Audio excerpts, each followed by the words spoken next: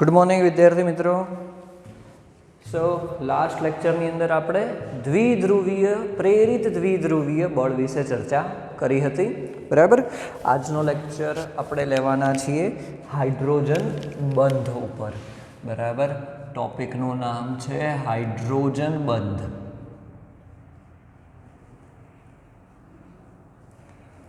પહેલા જ લેક્ચરની અંદર તમને સમજાવ્યું હતું કે આ જે પ્રશ્ન છે હાઇડ્રોજન બંધનો એ એકચ્યુઅલી દ્વિધ્રુવીય બળ ઉપર જ આધારિત છે। તેનો જ એક પ્રકારનો બંધ છે, બરાબર, જેને આપણે કહીએ છીએ હાઇડ્રોજન બંધ। ઓકે, તો ટોપિક સિમ્પલ છે। એ સમજતા પહેલાં આપણે જોઈએ કે તે કયા સંયોજનોની અંદર આપણને જોવા મળે છે। તો સૌથી પહેલાં તો જે એક સ્પેસિફિક વાક્ય છે એ લખી નાખીએ કે આ એક પ્રકારની દ્વિધ્રુવીય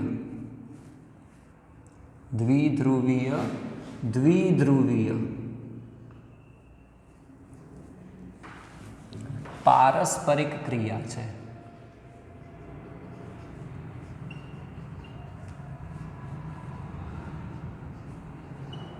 બરાબર, પારસ્પરિક ક્રિયા છે, દ્વિધ્રુવીયનો પ્રકાર છે, બરાબર। તો બેઝિકલી આપણે જોવા જઈએ અહીંયા તો હાઇડ્રોજન બંધ છે એ દરેક સંયોજનોમાં જોવા નથી મળતો, બરાબર। એટલે ખાસ પ્રકારની રચના જોવા મળે છે એની દરેક સંયોજનોમાં જોવા નહીં મળે। તો શેમાં જોવા મળશે? તો આપણે એવું લખી શકીએ કે ખૂબ જ વધારે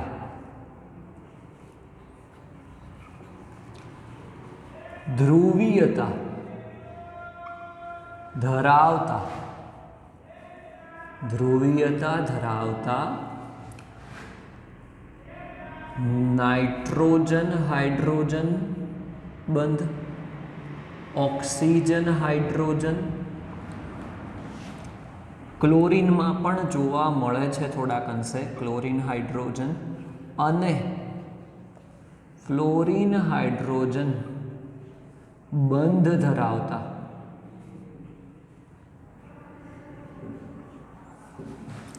સંયોજનોમાં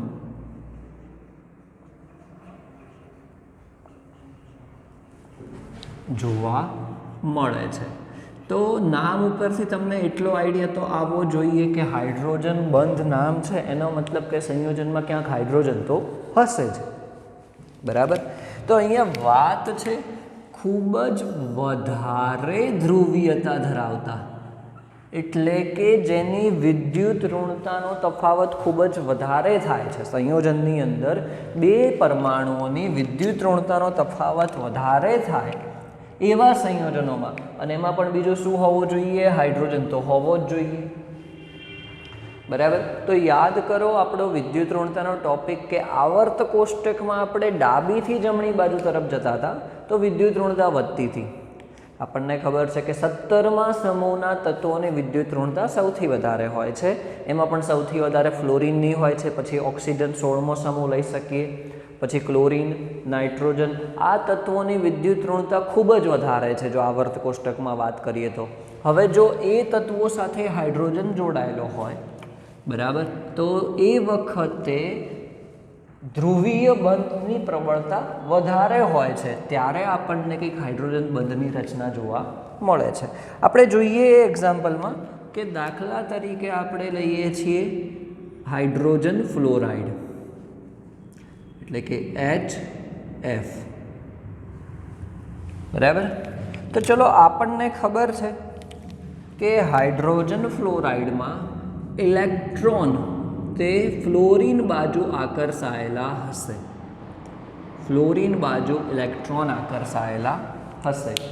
બરાબર। તો એના કારણે શું થશે? ફ્લોરિન ઉપર આંશિક ઋણ વીજભાર આવશે અને હાઇડ્રોજન ઉપર આંશિક ધન વીજભાર આવશે, આથી બંધ કેવો બને છે? ધ્રુવીય બને છે। તો જ્યારે આવા બીજા અણુઓ એકબીજાના સંપર્કમાં આવે છે એટલે કે હાઇડ્રોજન ફ્લોરાઇડનો આપણે આ બીજો અણુ લઈએ તો એમાં પણ સેમ આ જ પ્રકારની વસ્તુ થશે કે ઇલેક્ટ્રોન શું થશે ફ્લોરિન બાજુ આકર્ષાયેલા હશે ફ્લોરિન ઉપર આંશિક ઋણ વીજભાર હશે હાઇડ્રોજન ઉપર આંશિક ધન વીજભાર હશે બરાબર તો શું થશે કે એક પર અણુનો ઋણ વીજભારિત આંશિક ઋણ વીજભારિત કોઈ પણ હશે જે નાઇટ્રોજન હોઈ શકે ઓક્સિજન હોઈ શકે ક્લોરિન અથવા તો ક્લોરિન હોઈ શકે તે બીજા અણુના હાઇડ્રોજન સાથે એક પ્રકારનો આકર્ષણ બંધ બનાવશે આકર્ષણથી બરાબર આ જે બંધ છે જેને હાઇડ્રોજન બંધ કહેવામાં આવે છે આ જે બંધ છે જેને કયો બંધ કહેવામાં આવે છે હાઇડ્રોજન બંધ બરાબર તમને ખબર પડી હશે કઈ રીતે બંધ રચાય છે બે અણુઓના એકનો ઋણ વીજભારિત જે પણ આંશિક ઋણ વીજભારિત લઈએ અને બીજો હાઇડ્રોજન હોય ઓકે તો તેને હાઇડ્રોજન બંધ કહેવામાં આવે છે હવે આ બંધની પ્રબળતા આપણે એવું લખી શકીએ કે હાઇડ્રોજન બંધની પ્રબળતા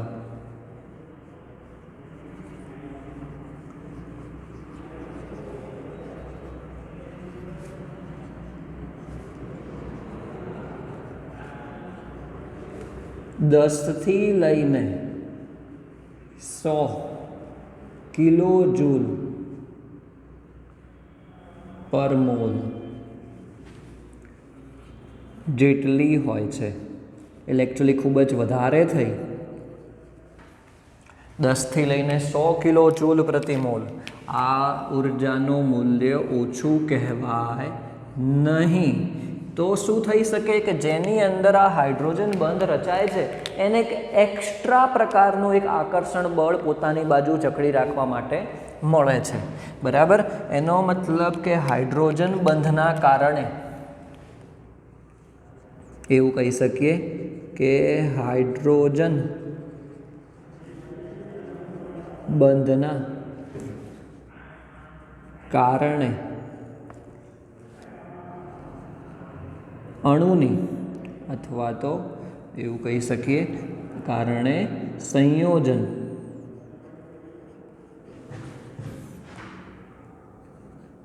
ની પ્રબળતા એટલે કે અણુઓ વચ્ચેનું આંતરાણવીય આકર્ષણ બળ આંતરાણવીય બળ વધે છે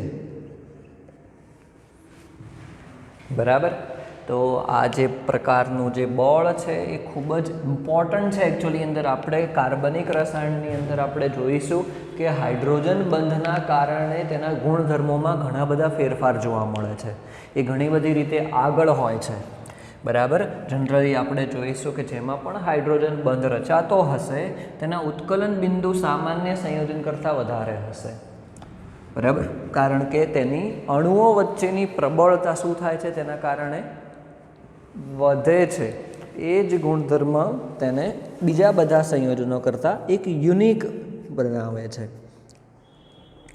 બરાબર તો બેઝિકલી આ હાઇડ્રોજન બળ છે બરાબર એ પરમાણુઓ વચ્ચેના કુલોમ્બિક બળ પરથી નક્કી કરવામાં આવે છે આપણે એવું લખી શકીએ કે હાઇડ્રોજન બંધ અથવા તો હાઇડ્રોજન બંધની પ્રબળતા પરમાણુઓ વચ્ચેના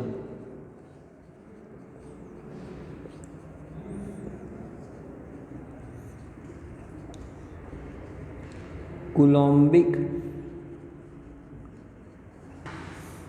બળથી નક્કી કરવામાં આવે છે કુલોમ્બિક બળથી નક્કી કરવામાં આવે છે બરાબર. તો હાઇડ્રોજન બંધ યાદ રાખજો કોની કોની વચ્ચે લાગુ પાડી શકાય છે. તો આ તત્વો નાઇટ્રોજન, ઓક્સિજન, ક્લોરિન અને ફ્લોરિન જેમાં હશે, બરાબર, એની અંદર હાઇડ્રોજન બંધ રચાતો હોય છે.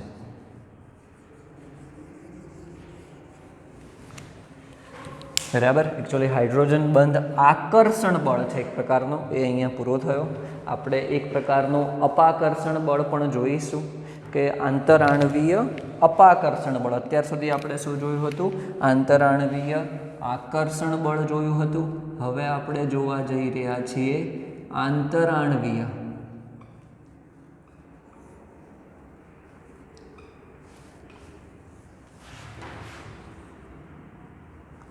અપાકર્ષણ બળ.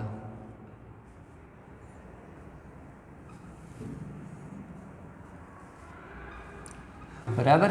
જે રીતે બે અણુઓ વચ્ચે આકર્ષણ બળ લાગે છે તે જ રીતે અણુઓ વચ્ચે અપાકર્ષણ બળ પણ લાગતું હોય. બરાબર. તો જ્યારે બે અણુઓ એકબીજાની નજીક આવે છે, બરાબર, તો એ વખતે ઇલેક્ટ્રોન વાદળ અને બે અણુઓ વચ્ચેના કેન્દ્ર વચ્ચે અપાકર્ષણ બળ જોવા મળે છે. ઓકે, આપણે એવું લખી શકીએ કે જ્યારે બે પરમાણુ કે અણુ એકબીજાની નજીક આવે છે ત્યારે તેમના ઇલેક્ટ્રોન વાદળ, કેમ કે ઇલેક્ટ્રોન ઋણ વીજભારિત હોય છે તો બીજા પરમાણુનું પણ ઇલેક્ટ્રોન વાદળ હશે, એ ઋણ વીજભારિત હશે, તો ઋણ વીજભારિત વચ્ચે અપાકર્ષણ થાય તથા તેમના કેન્દ્રો વચ્ચે અપાકર્ષણ બળ ઉદ્ભવે છે. શું થશે કે ઇલેક્ટ્રોન વચ્ચે અપાકર્ષણ બળ થશે, એ જ રીતે કેન્દ્ર વચ્ચે અપાકર્ષણ બળ થશે. બરાબર. તો આ જે બળ જે છે અપાકર્ષણ બળ, એના કારણે આપણે એક વસ્તુ કહી શકીએ કે અણુઓ એકબીજા વચ્ચે ચોક્કસ અંતર રાખતા હોય છે. બરાબર. તો આપણે અહીંયા એવું લખી શકીએ કે બે પરમાણુ અથવા અણુ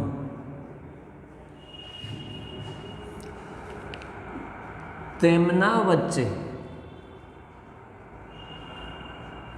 નિમ્ન અપાકર્ષણ થાય, નિમ્ન અપાકર્ષણ, અને મહત્તમ આકર્ષણ રહે, આકર્ષણ રહે તે રીતે ચોક્કસ અંતરથી ગોઠવાયેલા હોય છે.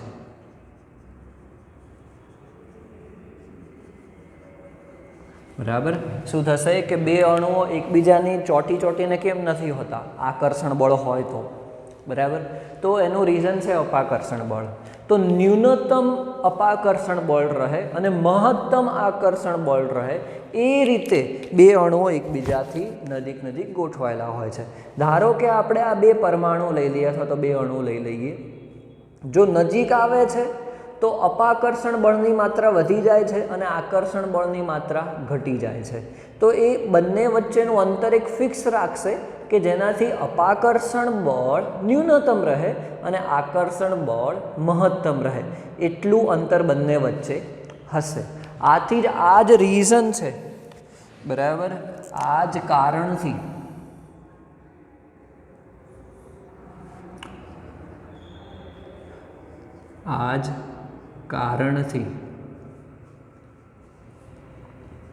પ્રવાહી તથા ઘનને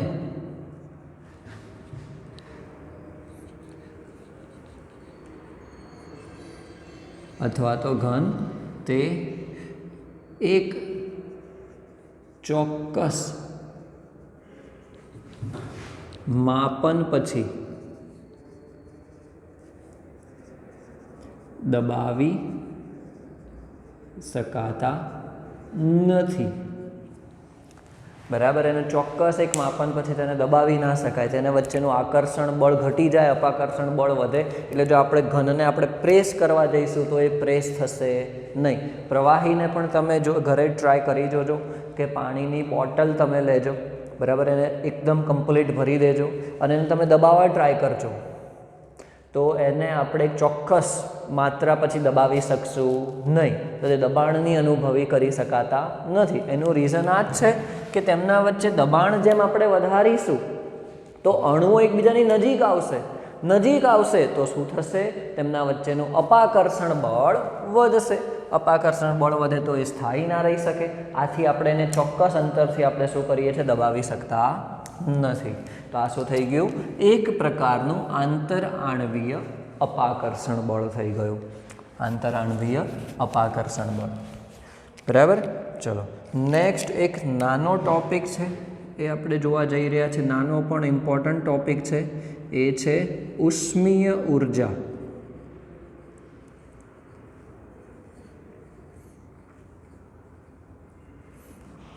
થર્મલ એનર્જી, ઇંગ્લિશમાં એને થર્મલ એનર્જી કહેવામાં આવે છે. ઉષ્મીય ઉર્જા આપણે એવું લખી શકીએ કે બે અથવા તો પરમાણુ અથવા અણુઓની ગતિથી ઉત્પન્ન થતી ઉર્જાને ઉષ્મીય ઉર્જા કહેવાય. તેના ગતિથી ઉત્પન્ન થતી ઉર્જાને ઉષ્મીય ઉર્જા કહેવાય. બરાબર. તો બેઝિકલી આપણે એવું કહી શકીએ કે તે પદાર્થના તાપમાનના સમપ્રમાણમાં હોય છે. આપણે જોઈશું કે એવું કેમ હોય છે. બરાબર, કે તે તાપમાન ના સમપ્રમાણમાં હોય છે.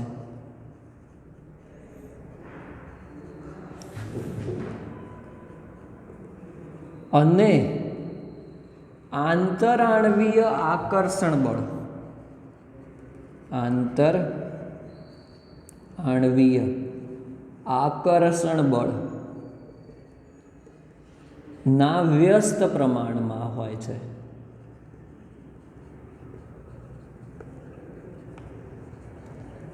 બરાબર. આપણે એવું લખી શકીએ અહીંયા કે ઉષ્મીય ઉર્જા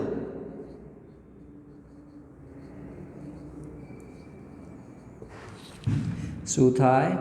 એ તાપમાનના સમપ્રમાણમાં છે અને તાપમાન પણ એ આંતરાણવીય આકર્ષણ બળ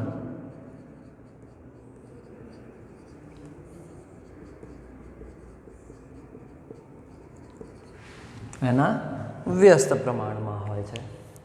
બરાબર. તો બેઝિકલી આપણે વાત કરીએ કે આવું કેમ હોય છે, તો એના માટે એકદમ સિમ્પલ આપણે એક્ઝામ્પલ જોઈશું. તો યાદ કરો કે આપણે ઘન પદાર્થ લઈએ, પ્રવાહી લઈએ અને વાયુ લઈએ. બરાબર. ઘનમાંથી પ્રવાહીમાં કન્વર્ઝન કરી શકીએ, પ્રવાહીમાંથી વાયુમાં. એ જ રીતે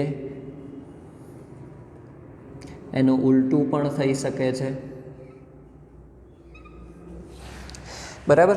તો યાદ કરો આપણું પહેલું ચેપ્ટર જેની અંદર આપણે સ્ટડી કર્યો હતો અને શીખ્યા હતા કે જેમ ઘનથી આપણે પ્રવાહી તરફ જઈએ તેમ આંતરાણવીય આકર્ષણ બળ ઘટે છે. એટલે અણુને હેરફેર કરવાની મુક્તિ કરે છે. હેરફેર એટલે કે તે ગતિ કરી શકે છે થોડું. જેમ પ્રવાહીમાંથી વાયુમાં જઈશું તો આંતરાણવીય આકર્ષણ બળ વધારે ઘટે છે. તો તેની હેરફેર કરવાની મુક્તિ વધે છે. આપણે જોયું હતું કે વાયુ પદાર્થ સરળતાથી તેની હેરફેર સરળ અને ઝડપી છે, તો તે ગતિમાં સરળતાથી આવી શકે છે. ગતિમાં હોય તો તેની ઉર્જા વધારે હોય. તો એનો મતલબ આપણે એવું કહી શકીએ કે આપણે ઘનથી વાયુ તરફ આપણે જઈશું. ઓકે, તો શું થશે? તો આંતરાણવીય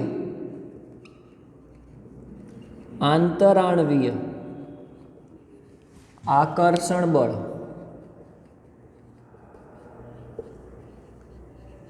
ઘટશે. શું થશે? આંતરાણવીય આકર્ષણ બળ ઘટશે અને એની સામે ઉષ્મીય ઉર્જા શું થશે?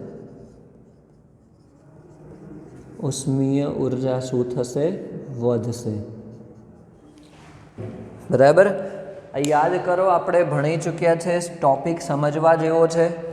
સૌથી વધારે આંતરાણવીય આકર્ષણ બળ ઘન પદાર્થમાં જોવા મળે તો સૌથી ઓછી ઉષ્મીય ઉર્જા તેની હશે. કેમ કે આપણી વ્યાખ્યા શું કહે છે ડિરેક્ટલી? કે તે ગતિથી ઉત્પન્ન થાય છે પરમાણુઓની. તો ગતિ જ ના હોય, એનું હલનચલન જ ના હોય, તો ગતિ ના હોય તો તેની ઉષ્મીય ઉર્જા ના હોય. તો ઉષ્મીય ઉર્જા ઘનની સૌથી ઓછી હશે કેમ કે તેની અંદર આકર્ષણ બળ સૌથી વધારે હશે.